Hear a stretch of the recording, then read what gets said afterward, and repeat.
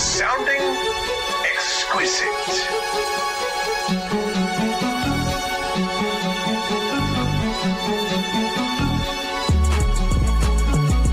Oh shit, we back again. What's up, what's happening? Come to the party and bring a friend. Fuck it, I'm bringing 10. Ooh, trying to chat a 10. Big boy trying to chat a 10. She said I was catchy. I said, yo, tap him in. Touchdown! Jump a cup, wow, I stuck smile when I puff loud. I touch clouds, catching touchdowns in my mind now, cause I'm zoned out. On a porch couch in the iCloud. 2 coughs and I'm back now. 2 coughs and I'm packed out. Somebody give me a drink before I gotta sit down. I'm making hits now with a smooth style.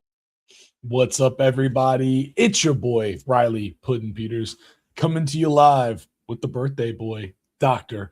Preston Rowe. Happy birthday, Preston. Thank you. Appreciate it. We're here on the live stream hanging out.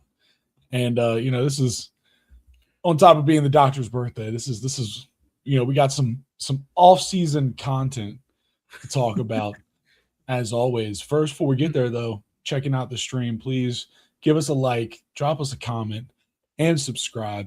Check us out at Trash Talk Tailgate on all social media platforms, youtube.com/@Trash Talk Tailgate as well. Check us out everywhere, please. Like, comment, subscribe on all platforms. Follow whatever it is on that platform. But this is the Trash Talk Tailgate, and we are here to talk football. And we got to get to one of the more fun pieces of news in the football world right now is 2 members of the football landscape were recently caught canoodling together. Oh shit. Wrong one. Sorry. That's right. I mean, if you haven't heard, this is at this point it's a little bit old, but it is one of the funnier things. It's the Coldplay concert part 2, but this time featuring Mike Vrabel and Diana Rossini. Obviously Mike Vrabel is a head coach, not necessarily a member of the media, but one of the bigger members of the media.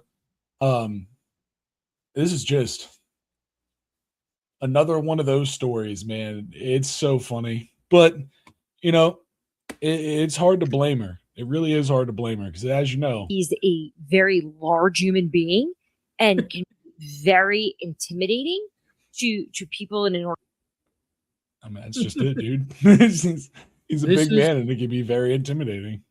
This is one of the rare cases where the inside sources were actually inside her. God. Oh, God. Oh, God. How inside were those inside sources? That's what we're all asking as we go upon this. How inside were her inside sources? Mm-hmm. But yeah, dude, I mean, really not much to say, just to really make that joke. Really just wanted to make the joke where I put our faces over it. And of course, one more time, just for the lulz.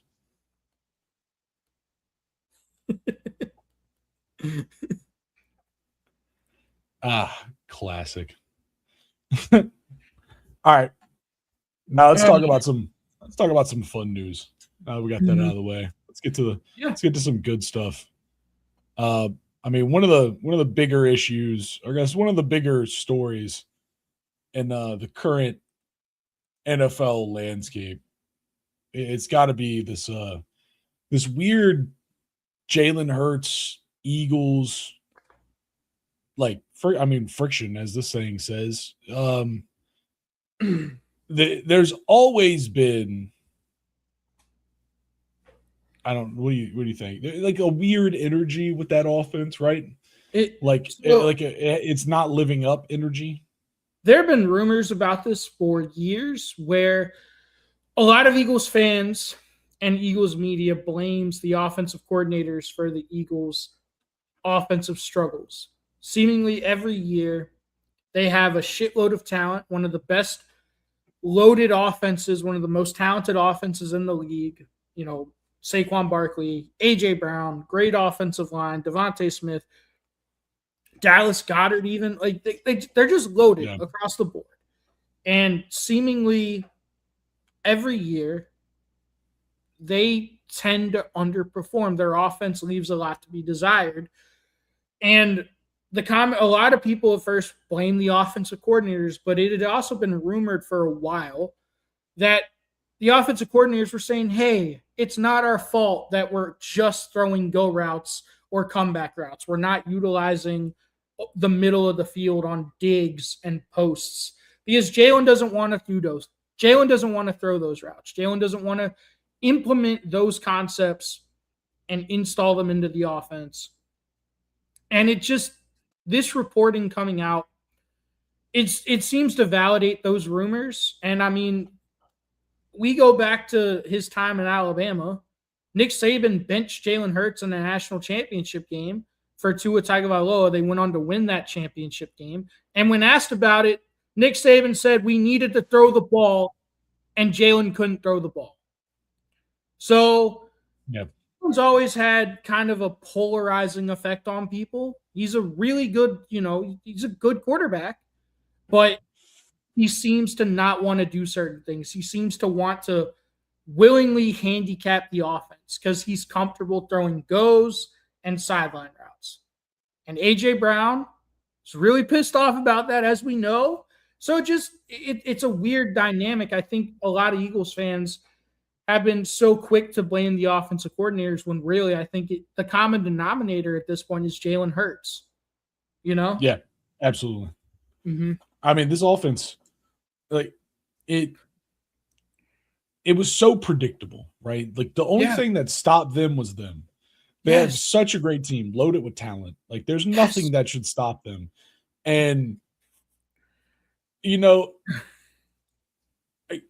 quarterback is, the most important position on the offense. There's no doubt about that. Yeah. And if QB1 isn't comfortable doing certain things, then sure, I get it. But at the same time, blaming it all on QB, like the coaching here, and this is the reason why Kevin Patullo is fucking outsy, right? Yeah. Is because as a coach, this motherfucker not only was that offense is about as bland as Iowa cooking. Mm-hmm. It was, I mean, he had no control. Like you, as a coach, can't have that problem, right? Mm-hmm. Like you can't have your quarterback isn't comfortable throwing certain routes problem. Some way, somehow, some avenue, you have to fix that. Like that's not an acceptable problem in the modern NFL. I know. And somehow this team has allowed this offense to go with this just major glaring failure. I mean, just the more that comes out, the more you kind of tend to sympathize with A.J. Brown, because I mean all he's doing is running. If you watch it, they run goes, they run curls, and they run comebacks. Like they're all sideline routes. They don't use slants. They don't use posts. They don't use dig routes. They don't utilize the middle of the field hardly at all. And whenever they did, like there was that stretch of like 2 or 3 games when they did start to throw those routes and they looked unbeatable. Yeah. A.J. Brown went the fuck off last year in that stretch. And then they inexplicably just stopped doing it. So I don't know. I mean, it just, as a quarterback or as a former quarterback, it is hard to throw over the middle because you have to throw with anticipation. It's not just, he beat his man, I'm going to throw a go route. You just have to put air on it and he'll run under it. When you throw over the middle, you have to be able to identify the coverage and you have to be able to throw the ball with anticipation. You are throwing people open. You are throwing to a spot and you're trusting your receiver to be there. Does that make sense? No, absolutely. Mm-hmm. So it is understandable that Jalen Hurts, who is a limited thrower, would maybe not like that idea. But still, like you're an NFL fucking quarterback. What are you doing? That's what I'm saying. Like it's an unacceptable problem to have in the NFL. You're right. Mm-hmm. Throwing over the middle is a little harder. Yes. Guess what? You're supposed to be able to do it. These things go a lot of ways. I mean, it's one of those things. And listen, sure, am I a little biased towards wanting to dislike the Eagles? Yes, I am. I'll be honest about that. Are the Eagles the only thing stopping the Eagles? Yes. Everyone and their mom knows the answer to that is yes. If you watch that team, you know the only thing stopping that team is that team. They have so much talent. Once again, Saquon Barkley, he literally got the cover of Madden with the season that he had 2 years ago. Jalen Hurts, we can talk about him all we want, but they won a Super Bowl. Like, he at least figured it out, Like, they at least had a system that worked. And it's, it's all of this, and you're just looking at the way that they just floundered most of the season. They tried to force Saquon. They tried to force, these just low-level Madden play schemes, go routes and stuff. Yeah. And at the end of the day, blaming players is fun, but I'll say it again. There's a reason why Kevin Patullo's gone. and now Jalen Hurts, and whatever happens next, he's got no way. On him. Yeah, he's got nowhere to run. This is now you're giving him a third OC.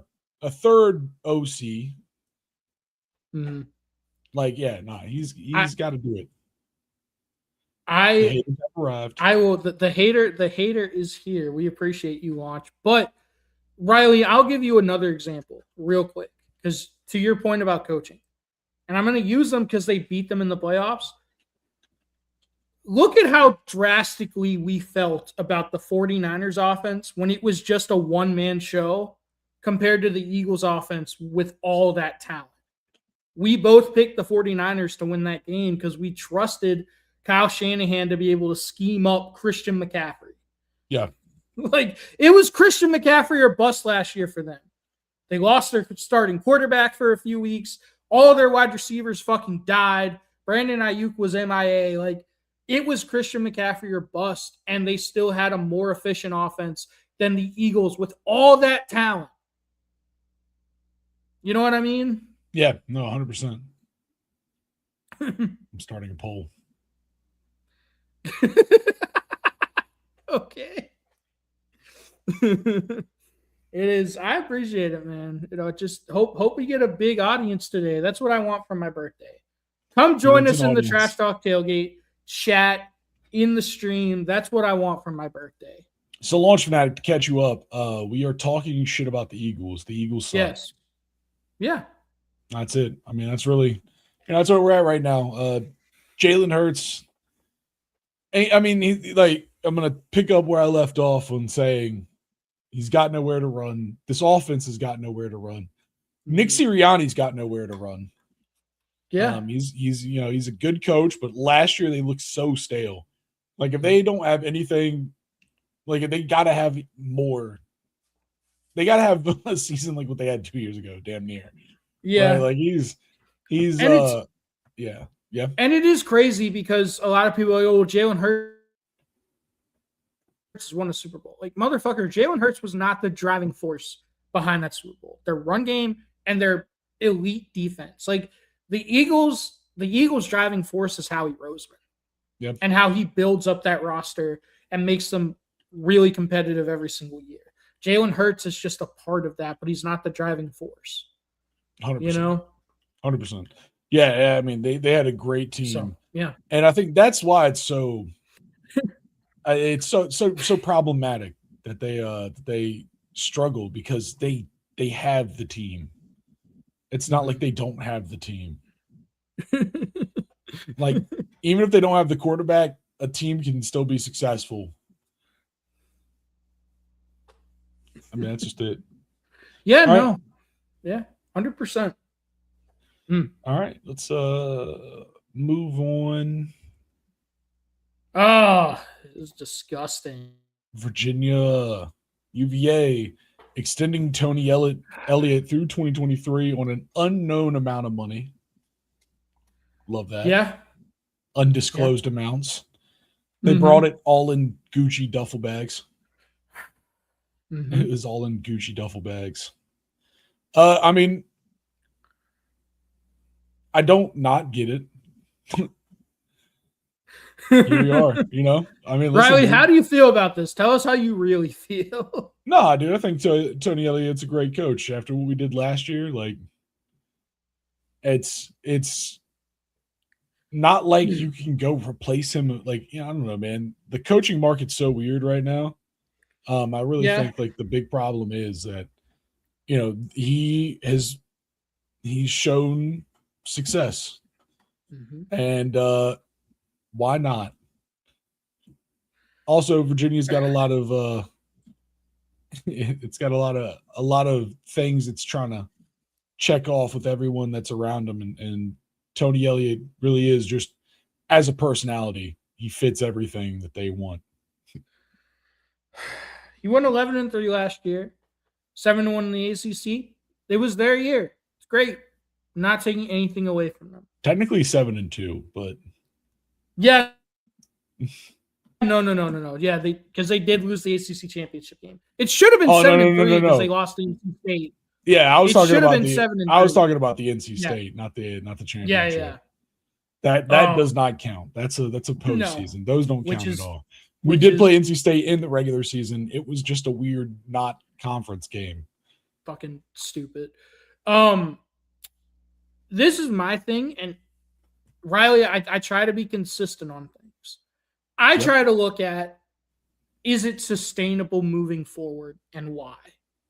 And you have to look at the totality of Tony Elliott. I'm not trying to knock him, but his You're first trying year to knock was, him. no, I'm not. No, just, Yes, you just hear me are. out. No, I'm not. I'm No, going just to hear list me you out, but you Just- are trying to knock him. You No, can't I'm say not. that. Just hear me out. 2022 is first year. They go 3-7, and they went 1-6 in the ACC. They had the shooting. Obviously, they didn't play against Virginia Tech. Okay, cool. First year, whatever.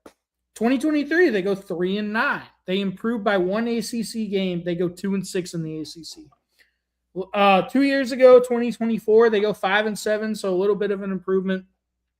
3-5 in the ACC. Then last year they go 11-3, 7-1 in the ACC regular season. They were 5-3 in one-score games, and they needed a bunch of luck to get to 5-3 in those one-score games. Bang, bang. Like, yeah, Everyone needs luck. it's a lot like the Chicago Bears this past year.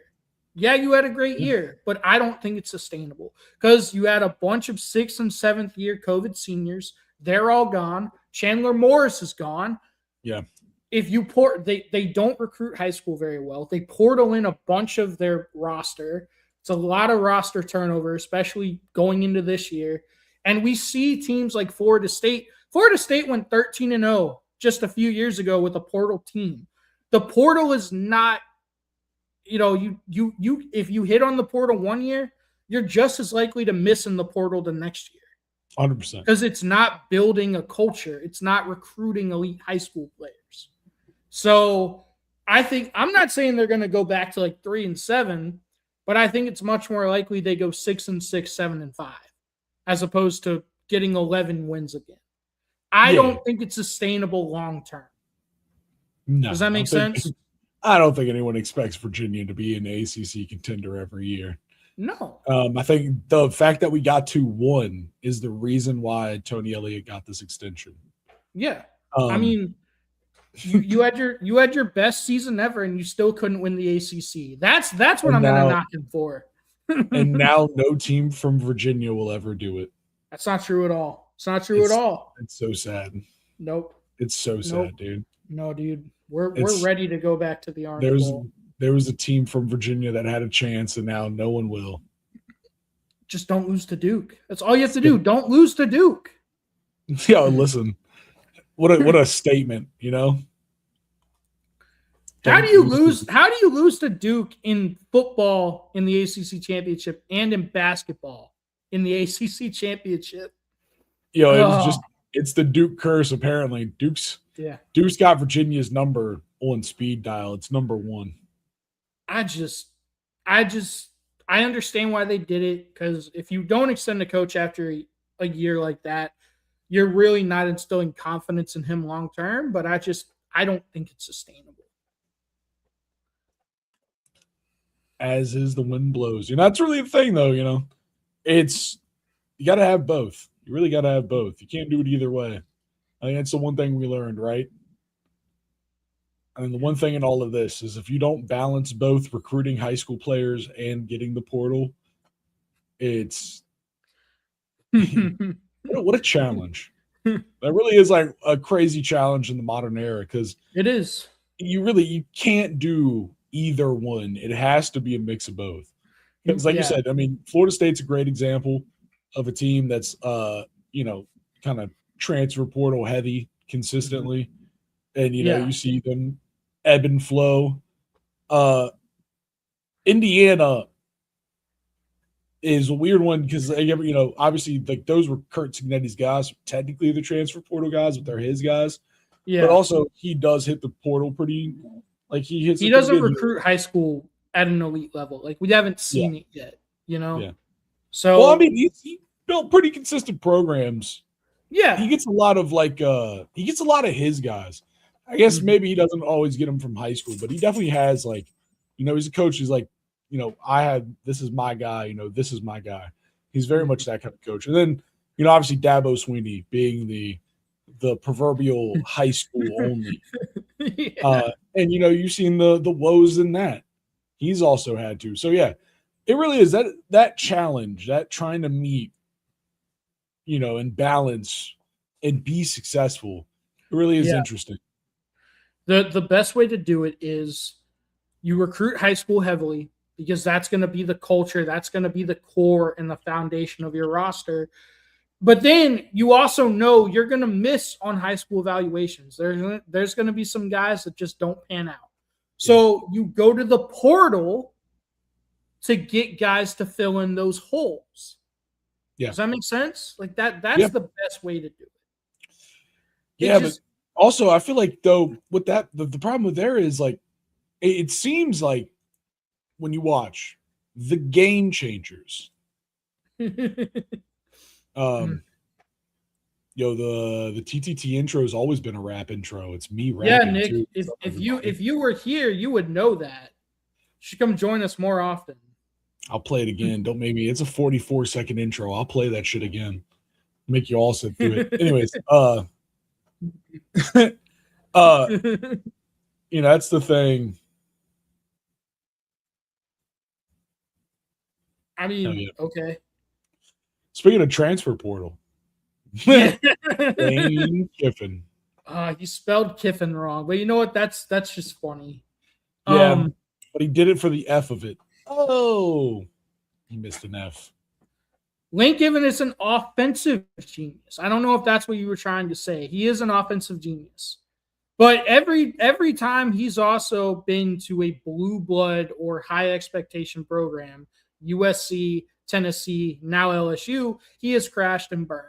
And he's already telling LSU fans, I know you guys are paying me $100 million. I know we have a $40 million roster. I know we have one of the best transfer portal classes. I know you guys expect a natty this year, but you shouldn't expect that because I don't want to do it. We still need to build it. No, I disagree. I mean, in theory, yes, maybe. Yeah, I was about to say, in theory, he could definitely do way better at LSU than he could ever do at Ole Miss. I think there is a baseline there that is true because just resources and tradition. There's just certain things. The real thing is the will. He will. The expectations. Yeah. Lane Kiffin has a history of crumbling under immense expectations, which is why Ole Miss was perfect for him. Just like, no, I mean that they should be. It's LSU. They don't give a fuck. If they don't win a natty in 3 years, Lane Kiffin's gone, and they're just gonna move on to someone else. I mean, some of the most beloved coaches in LSU history have been known for bringing co-eds around the practice field. Yes, Coach O, notorious. Les Miles. Les Miles. Yeah. Notorious. So I Mhm. feel like LSU picked their guy. They know who they're getting. They went with the personality. They picked what they picked. I mean, Riley, like, go real quick. I want to talk about this. Go look at the LSU schedule. Like, seriously, go look at their schedule. So they're home against Clemson week 1. Clemson loses a lot. Like, LSU, I think, should win that game. Then they play home against Louisiana Tech. Then they're at Ole Miss. And the Trash Talk Tailgate is going to be there for that game. We are going to be at Brick Throwing Camp. And really, really looking forward to that. The Trash Talk Tailgate will be in Oxford September 19th. Riley, you excited for that? Absolutely. Oh, yeah, man. So then they're home for Texas A&M. Keep in mind, Texas A&M blew their doors off last year. And that's what got Brian Kelly. That's the game that got Brian Kelly fired. Then they're home for McNeese. Okay, whatever. That's a win. At Kentucky, they should win that game. Home for Mississippi State. At Auburn. Auburn's going to be a lot better this year because they fired Hugh Freeze. And that's a really tough place to play. Home for Alabama. That's a huge game. Home for Texas. At Tennessee. At Arkansas. They finished the year at Arkansas. I mean, how many games could you see them losing? Like, I see 3 or 4 losses potentially on that schedule. Yeah. Like, at Tennessee, it's not easy. They play home to Texas. Texas is another team that has natty or bust expectations this year. Oh, my God. Whatever. You know what? Thanks to Penn State, we're not. We're going to be way better. So thank you, Launch. I appreciate it. Thank you for your service. I am forever in debt to Pat Kraft and Penn State football for their horrible, god-awful decision-making, for their just straight-up incompetence. You're right. I mean, they're in. Yeah, no, they could lose to Alabama. They could lose to Texas. They could lose at Tennessee. I think they're going to lose at Ole Miss. That's going to be the most toxic environment in all college football this year. I think LSU. You know what's crazy? What? You know what I think speaks to that? This is What? just like a weird thing, but if you look Yeah. at it, it's kind of crazy, right? Let's look at all the prices, right? Like these are like $100, $200, $100, $200. Like throwing is almost $400, $374. Like all these tickets were cheap until brick throwing camp, which is 300 and said like I think that right there just tells you the energy that's going to be in that game. We already have our Airbnb booked for that game. And when me and our executive producer, Jasper, were looking into it, we had it booked. And then the owner messaged us and she's like, oh, that's the LSU game. No, you can't stay there that weekend because we're going to that game. We're going to use the Airbnb for that game. And I was like, you know what? That's fair. This one's ours. Yeah. Yeah. No. And to Lee's point, I mean, the thing about Texas A&M, we were just talking about transfer portal stuff. That's another team. The Texas oil money that requires hitting on trades. Yeah. Hitting on those transfer portal guys. Mm-hmm. I mean, Mike Elko's a damn good football coach. He won at Duke. Yeah. And now he has all the resources and oil money of Texas A&M. They were a playoff team last year. They lost to the eventual national runner-up Miami. And that was a really close game. Very close. So I think A&M will be a lot better. They lose KC Concepcion. They lose Cassius Howe, but they return basically everyone, I think. Yep. Pretty much. And I mean, they just gotta fill a couple pieces, like you said. They're losing some defensive pieces as well. Yep. But yeah, they have a minimal amount to fill in, which I think is, we'll see what that is. Yeah. All right. I think that's it for all of that. Yeah. I think it's time for we gotta hit the segment. Dog. Position battles. Yeah. Position battles, folks. So the point of position battles is we are going to compare a couple different players, two players in a various stage, but we have more than just two players. Yep. And yeah, we're just going to go through a couple of these guys, talk about them, and of course, to do it, we have brought the tape. We, of course, because you know, Riley, the TTT actually watches the tape. Fuck you, watch tape, you know? Fuck you, watch the tape. The moral is, fuck you, go watch the tape. Fuck you, watch the tape. It's important. It is. It's important. So the first one that we have right here, the first position battle that we have is going to be Makai Lemon versus Carnell Tate. Makai Lemon, wide receiver for USC. Carnell Tate, wide receiver for Ohio State. This is Makai Lemon. We're going to start with Makai Lemon, like you said, wide receiver from USC, watching some UFC footage. Honestly, I want to get to a team that's worth watching. Yeah. His Iowa tape, his Illinois tape. Like, he's got some really good tape on film. I mean, you know, they played, being in the Big Ten now, which is still weird to say, you know, they play some elite teams. I mean, this Iowa defense, that you're going to see them. I mean, you know, when they played them, they're number 23 in the country. Was very, I mean, a scary defense. Even in all their faults, still played pretty hard most of the season in most of their games. And like you said, I mean, he just had a way with them. Yeah. So the thing that stands out about Makai Lemon is he plays slot receiver, but he's more than just a slot receiver. He's got incredibly long arms with an insane catch radius for a guy his size, which makes him play bigger than he is. He's also incredibly buttery smooth as a route runner. Look at him. He's just, you know, he's not like incredibly explosive, but he's just smooth with it, you know? Like he's fluid. He doesn't waste energy. He doesn't waste motion. Everything he does is for the point of catching the ball. There's no fat on him. It's nice and easy. Everything he does is efficient. And look at that. Like that. No extra push. Everything he did in that, like, and I'm gonna go back and look because I think that's a great example.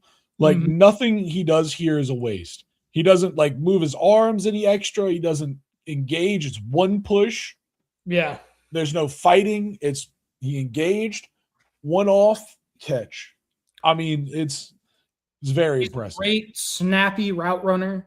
You know, he just finds ways to create separation, and he's got elite ball skills. You know, he had awesome production this past year. Let me go. Yeah. Boom. Last year, he had 79 catches for 1,100 yards and 11 touchdowns as a slot receiver. And look at that, Riley. Look at him. He goes up and catches the football. I think this one we get a replay on. Yeah. Right here. Oh, yeah. Yep. Watch this. Boom. And he just posts up on his man. Yeah. Gets that ball. I mean, that's the one thing I see from him is he is eyes up, eyes on the ball all the time. He's got really good ball skills. He's got elite level ball skills. And he's not incredibly explosive or athletic, but he just gets the job done. And every time you see him, he's created separation. He's a great route runner. Yeah. You know? And he's got incredible cut. He's only 5'11", 195 pounds. But because he has such great length and wingspan, he plays a lot better than he plays a lot bigger than he is. Does that make sense? Mm-hmm. Yeah. He's got a catch radius that is I mean, it's massive.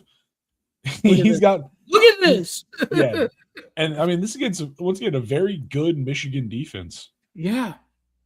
I mean, he's just all of these, like he makes the difficult catches, right? Mm-hmm. Like he does all the easy stuff. And then on top of that, he does stuff like this. I mean, he just eats it. I mean, what a catch, dude. Yeah. You know who, like, a lot of people thought I was crazy when I first started watching him. And I've been watching him all year. But, you know, when you really start to evaluate him, he reminds you a lot of Amon-Ra St. Brown. Yeah. And then I'm going to throw in another guy in there too, Riley. Look at this. He's just got a dog mentality. He plays incredibly physical. He's like a combo of Amon-Ra St. Brown and Steve Smith. Yeah. No, that's fair. That's who he reminds me of. Yeah, that's a good comp. He's got that. That electric, like, slot ability. It really is. Like, he is he's dirty, technical route runner that doesn't like to go down. Yeah. I really love it. His fight is crazy. I mean, that dude, he does not want to touch dirt. No. All of these, he's just, and I mean, the joke for wide receivers is always that they're prima donnas, whatever. They don't want to get hit. This guy doesn't care. Look at him. I feel like I know what's happening. Like, just as I'm saying stuff, it's just happening on the screen. That's how consistent this guy is. Yeah, I know. I mean, he's just, he makes incredibly difficult catches. His ball skills are elite. He's got the best ball skills in this draft class. Like, for someone that size to be that small and that, it's awesome. Yeah. He's so much fun to watch. Yeah. I mean, he's a big reason. A good player. Oh, you got to go get the Iowa catch. Oh yeah. He had a crazy Iowa catch. Like, just in traffic. I mean, he went off against Iowa. This is it. I mean, look at that.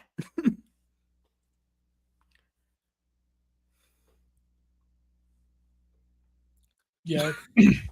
High pointing, getting up, finding the ball.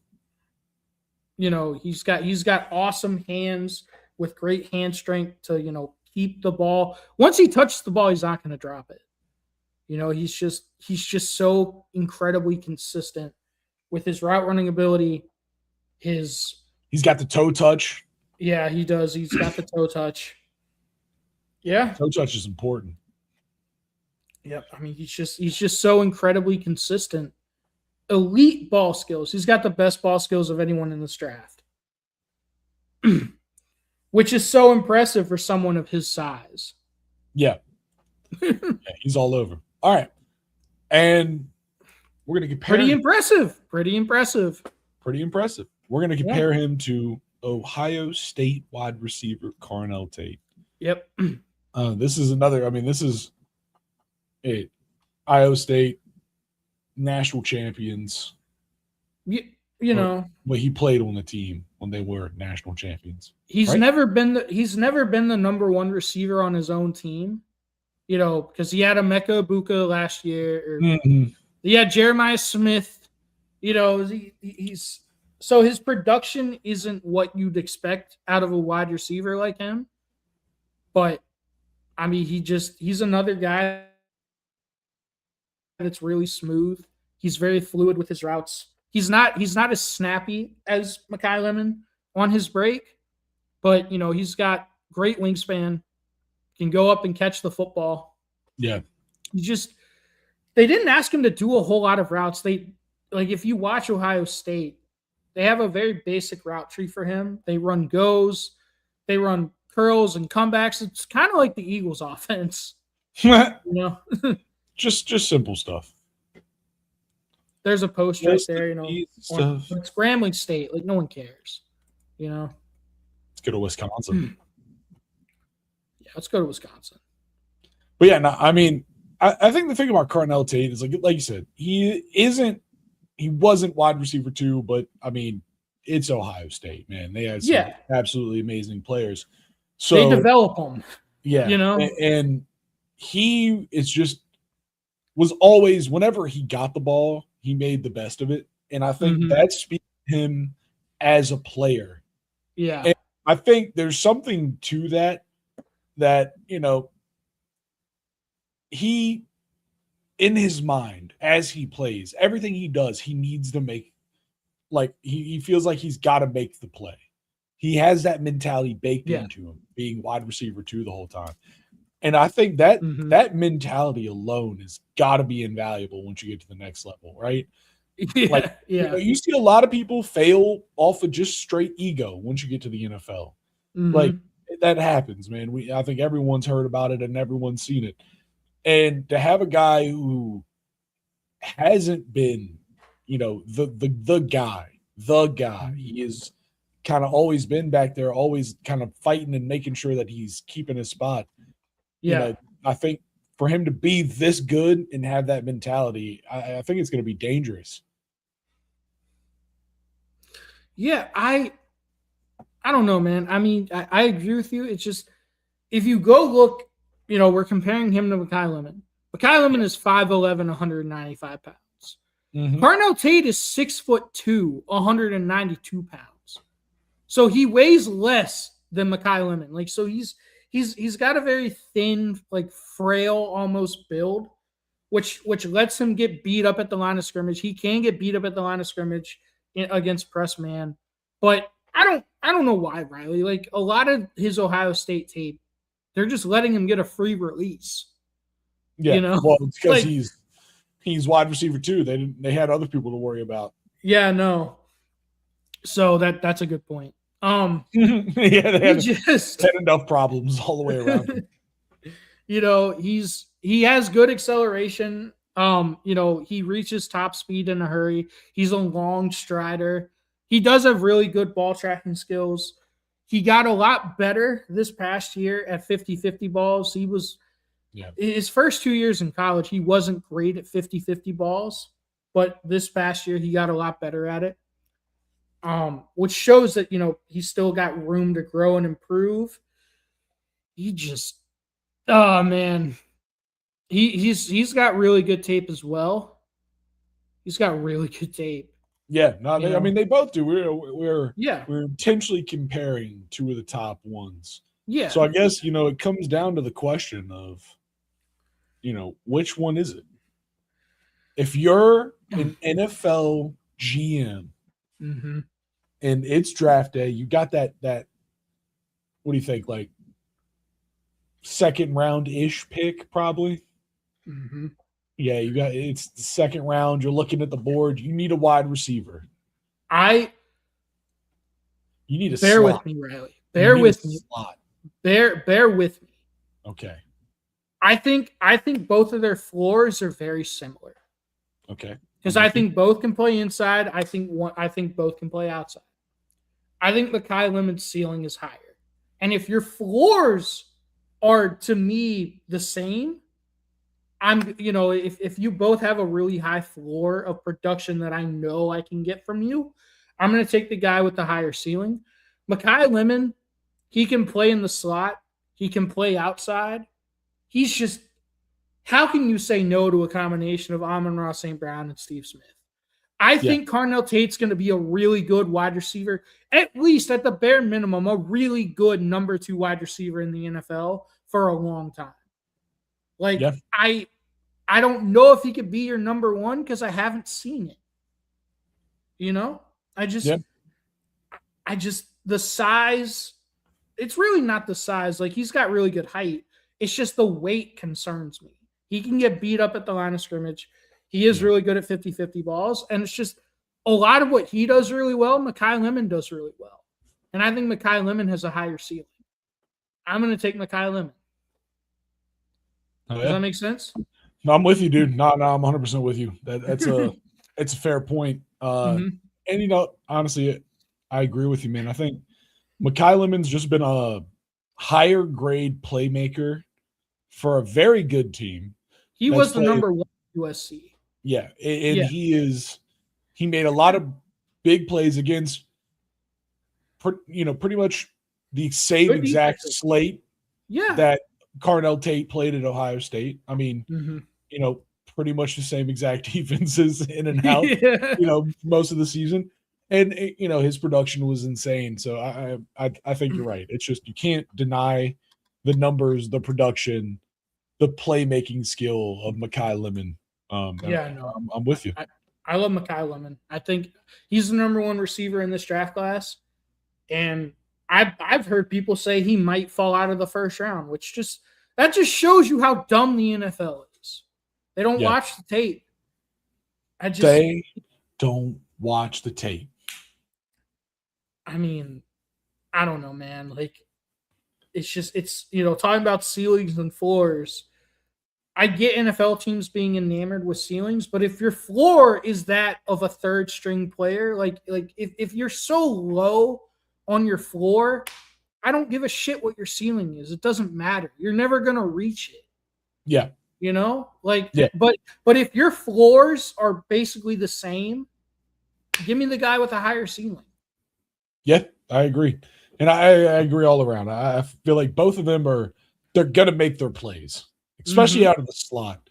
Yeah. I think both of them, will probably struggle with some of the more physical things. Mm-hmm. But yeah, out of the slot, I feel like Mekhi Lemon's going to be nasty. Mekhi Lemon can play outside too. You saw that. He can play outside. He can play outside. Yeah. He can. All right. Moving on. Let's flip the side of the balls. Let's flip the side of the ball. Let's go to the direct counterparts. Let's talk about some guys that may be covering Mekhi and Darnell Tate on Sunday. Yeah. Let's talk about some defensive backs. And we're going to start with D'Angelo Pons from National Championship Indiana. Yeah. National champion Indiana. I mean, just an explosive player. This first one, it's against Northwestern, but this is a great rep. You're looking up here, watch him explode on this guy. Shoves the dude like he didn't even try. That's what we call shock and shed. So, again, he's got great eyes, man. That's what I see out of this kid every time. He is so aware of the play. Mm-hmm. Like, look at his eye back here. He's at his best when his eyes are on the football. Boom. Like, how insane it is to do that, though? Like, just this play specifically. Mm-hmm. Like, the amount of eye candy coming at you. You have this dude pulling these guys. At the end of the day, this is a quarterback going to the outside run. So you get this guy pulling across, fake to the running back up the middle. Yeah. Quarterback's actually going to take it to the edge, and he's got to diagnose all of that, fight it through, and get the tackle. Yeah. And also notice that he went inside. Whenever you're a contained player like that, they always tell you never go inside unless you can make the play. And he made the play. This was a crazy one. Oh, yeah. He's just got a knack for making plays. And he's so fast, man. Like, once he gets that, he really is. He's got that speed. Boom, what a play. Yeah, man. I mean, he's a dog. He's incredibly physical. The knock on him is that he's small. Yeah. He's only 5'9", 182 pounds. Yeah, he's 5'9", but he's 182. He's built. He's incredibly athletic. He can make plays in man coverage. Yeah. But he's at his best when he's in zone. When his eyes are on the football, that's when he excels. Yep. Which is why, look, man, Indiana, I don't think people realize this. They built their defense around this kid. Him playing in the nickel, him playing out wide, they built their defense, their national championship winning defense around D'Angelo Pons because he's so versatile and he can do so many things. Yeah. I mean, I think he's going to be a very, very elite, nickel hybrid corner, just that guy that can do everything. Probably cover the slot some. I mean, you'll see most of this tape is him covering the outside. I do worry with his size being a consistent outside cornerback in the NFL. Yeah. It's just a little dangerous. There's a lot of big bodies. People will find him, highlight him, and put a big body against him. But I think – and you see that. He'll get beat on 50-50 balls, but that's expected. Yeah, exactly. But he makes his fair share of plays. He makes – and that's the thing. Yeah, exactly. But he makes so many plays everywhere in the field that it makes up for it. And I think in the NFL, playing him in kind of like the – like you said, like the nickel, like the hybrid, like inside cover corner, I think he will be an elite level at that Yeah. kind of game, which is as important. I just, my only worry is just playing him every snap on the outside. I don't think you could do, but I don't think any team would do that. I think that would just be a waste of talents. I mean, I don't know, man. The Jaguars thought they could play Travis Hunter in 2 positions. Hey, man, he snapped back. Did you see Travis Hunter replied to that stuff? No, I thought that was crazy. He said, "Who'd you hear that from?" Like that. He just like tweeted back at the main article. Mhm. Whoever it was, whichever member of the media shared it initially. He was like, "I don't know who you heard that from or who'd you hear that from," something like that. But yeah, crazy. Anyways, he's really, I mean, back to Pons. He's really physical in the run fits. He's Also, incredibly so good good coming downhill. He just dog. He's so small, but he's so physical for a guy his size. Yeah, like he's not afraid to bring the wood. yeah, he's a hound dog, man. He really is. He's a rabid dog. He's after it. He's like a chihuahua. He's just in your shit, dude. And he's great on special teams. I mean, a bunch of these have been him blocking kicks, stuff like that. Like you just see it. He's all over the field, man. This is a guy that's, I mean, he's gonna be on a team, like one way or a fucking another. This guy is gonna be playing football in the NFL. You know the Eagles are gonna draft him. You just know it, right? Or like the Ravens. I mean, this is like a Ravens type player. I think his floor is a high level special teams player. I think that's his floor. I think that's disrespectful. I'm saying, dude, that's floor is a high level nickel. Yo, baby. I'm just saying, realistically, if all else goes, this dude's absolute floor is a captain of some team special teams. And I mean that with no disrespect, goddammit. Special teams is the third phase of football. That's important. Yeah. But yeah, no. He's crazy. He just makes plays, man. Remember the Honey Badger coming out of LSU? Yeah. No, same thing. Yeah. He just made plays. Now, Tyrann Mathieu is a lot bigger, but he plays with the same level of physicality, the same level of just dog and playmaking ability. Devon Doty, dog. He's really good at finishing tackles, both in the run and the pass game. He can make tackles in the box. He can make tackles in space. Like, I mean, if you go watch the national championship game, a big reason why Miami wasn't able to win that game is because Indiana was so good at making open field tackles to limit Miami's explosiveness. And D'Angelo Pons was a big part of that. Yeah. Just making open field tackles, which is a lot easier said than done. And I love D'Angelo Pons, man. He is one of my favorite players in this entire draft. It just, yeah. I know who we're gonna do next. So yeah, we gotta have his counterpart in this position battle, and it's Clemson corner Avion Terrell. Mm-hmm. I mean, this is another guy, Avion Terrell. I have a lot of love for. I mean, I know in a defense that was struggling consistently, he's one of the few lights. Just a guy that's always there to make a play. They were incredibly talented, and they underperformed each of the last 2 years. Yeah, no, for sure. But in that, I mean, this is one of the guys that just he made so many plays and for our team. He's just all over the field. He's another one of those players. He's gonna find him.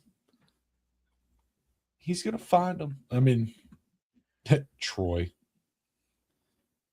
Let's go past the fucking. Yeah. The first thing to me that stands out is how athletic he is. He's got really fluid hips, which as a corner you need.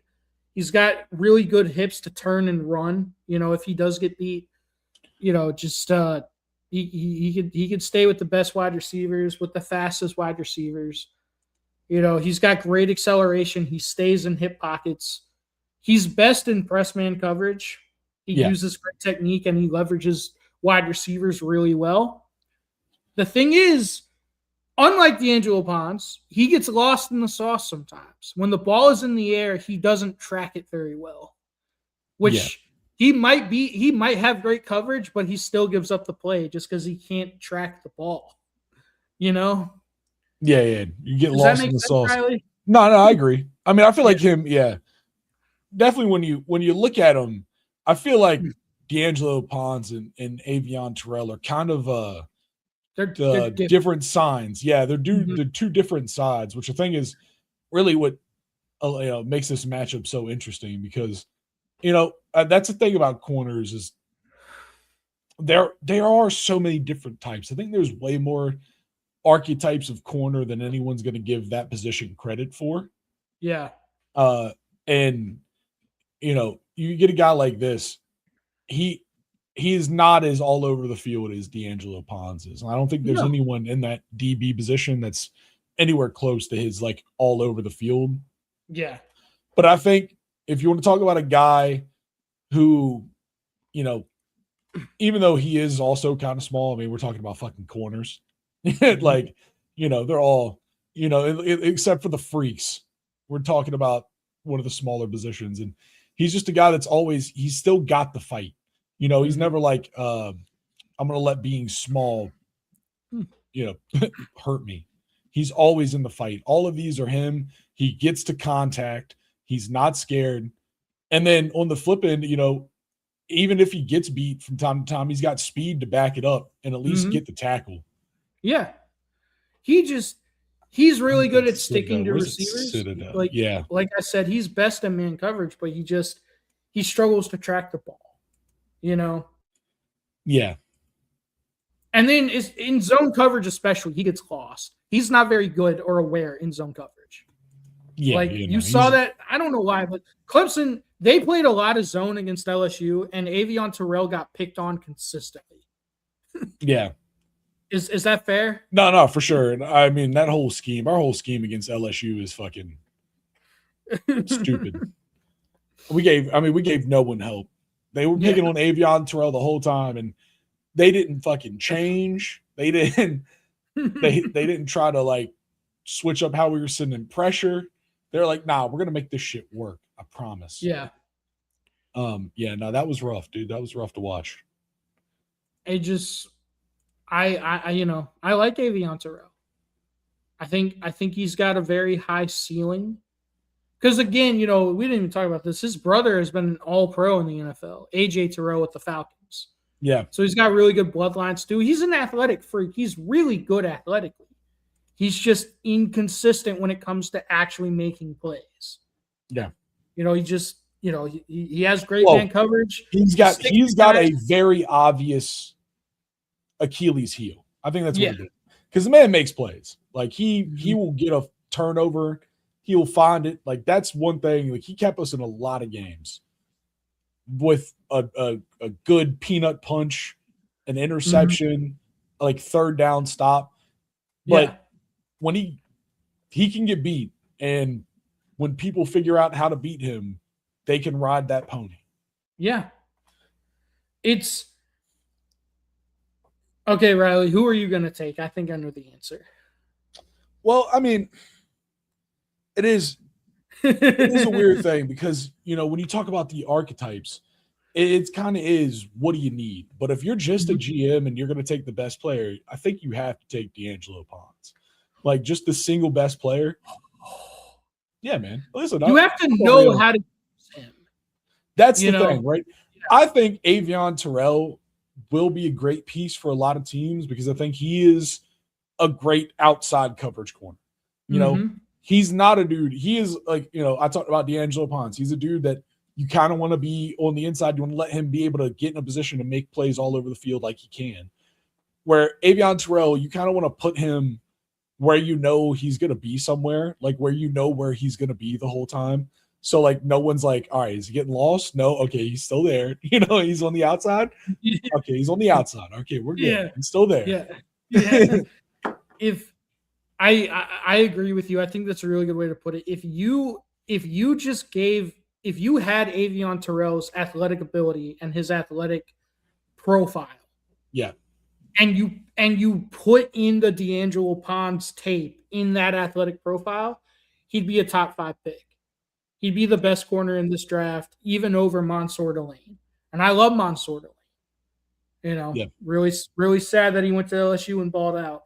But with Avion Terrell, it's always, oh, well, he's really athletic. He's got a really high ceiling. Whenever you start talking about athletic traits and not about the film, I get nervous. And his film is good, but it's not as good as D'Angelo Pons. Yeah. But the catch is you have to utilize Pons in a certain way. He is a dog when it comes to zone coverage and his zone eyes. Just anything in front of him, he's going to go get. Yeah. With Terrell, it's the opposite. He's really good at sticking to receivers, but he's inconsistent at actually making plays on the ball once the ball's in the air. Yeah, he's gonna you gotta make sure that he's keeping his eyes. What? I mean, there's some definitely some great coaches out there that are gonna benefit highly from either one of these guys. That's just a fact. I mean, both of these like, dudes are gonna be studs. Imagine D'Angelo Pons with like Mike McDonald and that Seahawks defense.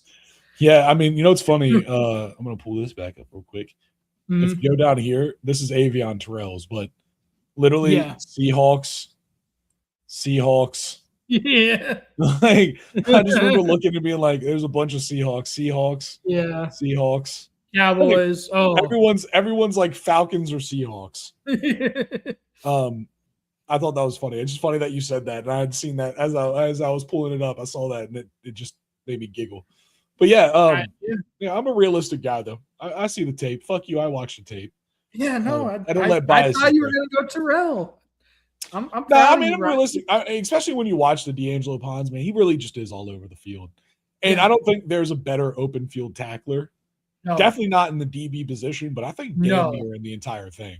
Because D'Angelo Pons, he gets the leg, he gets the ankle, and he spins on it and doesn't let you get away. And that shit is invaluable. There is zero teams in the NFL that don't need that. Zero. Yeah. Zero teams in the NFL that don't need that. Tackling it's something, it's kind of like offensive line. Tackling is something that, like, whenever it comes to the draft, people always overlook, he's just a really consistent tackler. But then once it actually comes to the games on the field, that's one of the first complaints of fan bases. Oh my God, we can't fucking tackle. We suck at tackling. Like, no one ever talks about the offensive line. But it's like, oh my God, our offensive line sucks. I mean, Ethan, yeah. Ethan gets it. He knows. I mean, I feel like the Eagles will end up with one of these two for sure.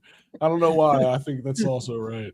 I mean, no, they'll end up. The Bengals are not going to draft them. We know that. Yeah, the Bengals won't get them. No. Of course, the Commanders will tell both of them to fuck themselves. You might get Caleb Downs or Ruben Bain. I'd love either one of those. I know you would. These guys, we'll see. I'm interested to see where both these guys go as well. I'm really interested to see where the DBs go. I am too, because I love Delane. Delane's the best corner in this draft. Yeah. He's just so consistent. And he's so zone big. And man coverage. He's and a good his size. Tackler. He's got great size, great tackling. Yeah, he really is kind of the whole package. He is like Delane. How he does feed on it. That's fucking. He does. He absolutely does, dude. There's a reason the same teams are always in contention every single year. It's because most of the league are run by morons. Yeah. I was gonna say something else, but I stopped myself. Sometimes you gotta. So, yeah, dude. Yeah. Nah. Yeah, but I'm interested to see. So you were saying Mansour Delane, he's definitely the best. I think you're getting to where you think he's going to be in the draft. I mean, he's going to go top 10. I could see the Commanders drafting him. There's a lot of teams that need a player like that. That's the worst thing about being a fan of a team that needs so many people. It's like, yeah, dude, we could totally use Mansour Delane or Caleb Downs or Ruben Bain. or Riley. Yeah. But Riley, Caleb Downs, he plays safety. Mm-hmm. Ruben Bain has small arms. Of course. He's got short arms. Like, dog, obviously those things matter more than actually playing football. Yeah. Obviously. Yeah, being successful at a high level in the sport of football, like none of that stuff matters. No. Oh my God. I mean, I'm excited. The more I think about it, I am excited to potentially do our mock draft of who would the TTT draft next week, go through the first round. Gonna be some tough decisions, man. Yeah, I'm absolutely. excited. I'm excited to see that.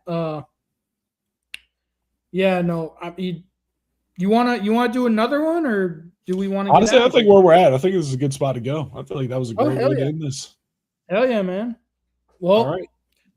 I appreciate all the birthday wishes. Thank you guys so much. Thank you to everyone who joined us in the chat. Ethan, Launch, Jack Lee. I know you're not here anymore, but everybody, we appreciate y'all for being here. Yep. No, we really do appreciate it. Nick, even shout out to Nick. Yeah. Fucking. If you haven't already, please drop a like on the stream. Appreciate your comments. If you haven't subscribed, definitely subscribe. Jack Lee said, I'm still here.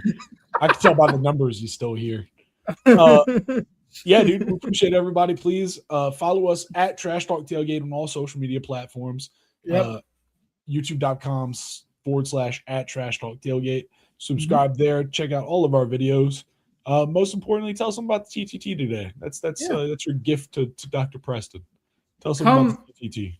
Come join us next week. Same time as always, 7:30. We will be doing, I think we're going to do our mock draft. Who would the TTT draft? That'll be a lot of fun.